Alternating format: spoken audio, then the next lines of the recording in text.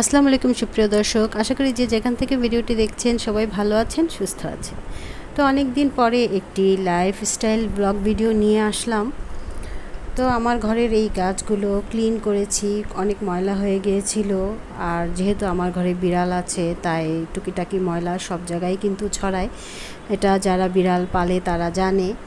তো এগুলোকে আমি খুব সুন্দর করে ক্লিন করে নিয়েছি। আর যে গাছগুলো আছে দুটা, সেটাতে যে সব জায়গাতেও খুব ময়লা হয়ে গিয়েছিল। তো এই যে আমার ক্যাটগুলো গরমে আসলে ওরা অস্থির,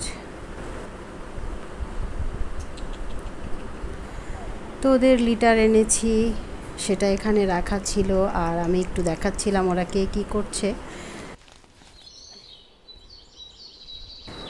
তো এই যে দেখেন, আমার গ্যাসের চুলায় একটা মারাত্মক দুর্ঘটনার হাত থেকে আল্লাহ তাআলা আমাকে রক্ষা করেছেন।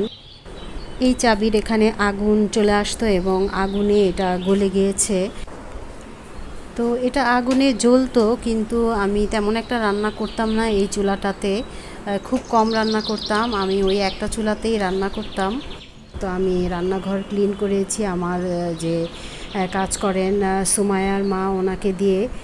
তো উনি এই পাইপটাকে খুলে ফেলেছে পরিষ্কার করতে গিয়ে, এই চুলাটাকে একেবারে দাঁড় করে ফেলেছিল এবং এই পাইপটা খুলে গিয়ে গ্যাস বের হচ্ছিল। তো তখন আমি পাশের বাসার ভাইকে ডেকে এনে আমি গ্যাসটা অফ করেছি। এই যে এগুলো, এই যে গোল ভিতরে যেটা আছে এটাও উনি ভেঙে ফেলেছে। তো আমার কাছে সবার মোটামুটি নাম্বারই আমি রাখি। তো চুলাওয়ালাকে আমি ফোন দিয়েছি এবং উনি এসে গ্যাসের লাইনটিকে আবার ঠিক করে দিয়েছেন। এবং আর বাকি যা যা লাগবে, চুলার চাবি ঠিক করতে বা অটো মেশিনটা ওটা নষ্ট হয়ে গিয়েছে, তো উনি ওগুলো আনতে গেছেন। তো আমার এই নেট দেওয়ার কারণে এখানে কিন্তু প্রচুর পরিমাণে ময়লা আটকায় এবং আমাকে এগুলো সবসময় ক্লিন করতে হয়। তো আমি সুমাইয়ার আম্মুকে দিয়ে কিন্তু মাঝে মধ্যেই আমি সপ্তাহে একদিন ক্লিন করাই, ভালো করে রান্নাঘরটা খুব সুন্দর করে ক্লিন করাই। তো এই যে আমার গ্যাসের চুলাটা ঠিক করা হয়েছে, এই মাঝখানের এই জিনিসগুলো আনা হয়েছে এবং এই যে দেখেন চাবিটাও খুব সুন্দর করে লাগিয়েছেন। যে লোকটা কাজ করেছে উনি খুব সুন্দরভাবে কাজ করেছে। তো অনেক দিন পরে আমার এই চুলাটা অটো চুলা, এই যে আমি জ্বালিয়ে দেখলাম যে হ্যাঁ চুলাটা ঠিক আছে।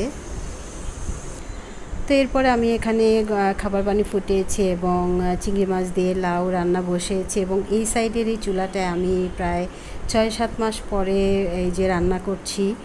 তো আমার কাছেই ভালো লাগছে। কিন্তু বিষয়টা হলো এই ঘটনাটা থেকে কিন্তু অনেক বড় একটা দুর্ঘটনা ঘটতে পারত। কারণ আমরা কিন্তু দেখি, লক্ষ্য করি যে এখন কিন্তু যে আগুন লাগার যে বিষয়টা, এটা কিন্তু অনেক হয় এবং মারাত্মক আকার ধারণ করে। তো যাই হোক, আল্লাহ পাক আমাকে বাঁচিয়েছেন, আমার আব্বা আম্মার দোয়া, ময়-মুরব্বির দোয়া এবং সত্যি কথা বলতে আমার ঘরে কতগুলো অবলা প্রাণী আছে। যে কোনো উসিলাই হোক, আল্লাহ পাক আমাকে এই ভীষণ বিপদের হাত থেকে রক্ষা করেছেন।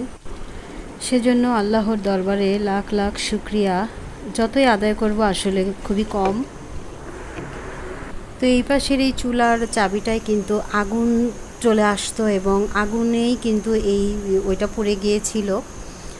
তো যাই হোক, এখানে আমি মুরগির মাংস রান্না করেছি আলু দিয়ে এবং অনেক দিন পরে আমি রান্না করেছি এই দুইটা চুলায়। বেবি কি করে? হ্যাঁ,